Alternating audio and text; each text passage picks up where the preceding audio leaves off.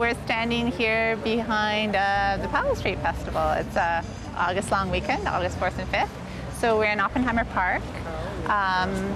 We're the main site of the Powell Street Festival, and we've got a few off-site neighboring venues as well, but this is the central area. So yeah, big festival that started in 1977.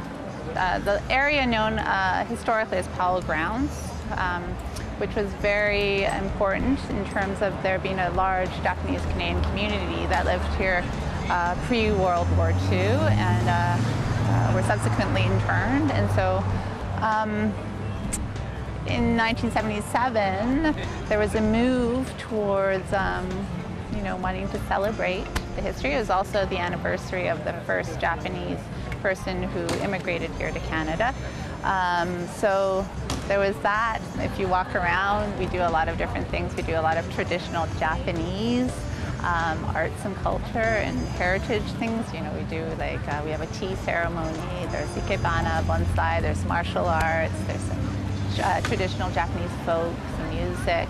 But then we also have other groups that do very contemporary things that you don't necessarily identify as being Japanese-Canadian, quote unquote, but that's part of their identity and part of what they want to share, and so they come together and perform. And it could be a pop band, it could be something more contemporary like a visual artist, and but their heritage is Japanese-Canadian. And so over the years, we've also morphed into really wanting to present professional artists from across the country, as well as bring in some Japanese American or some artists from Japan. So there's a variety of things going on here. So now I think you still have that core community group. And I mean, if you look around and at some of the volunteers, there are some people who were here at the very beginning. They've got every year under their belt, And then you've got people who are the next generation or the grandchildren who are, new immigrants. And then you've also got people who don't have Japanese heritage, ethnic or cultural background, but they're just really curious and they want to participate and they want to volunteer.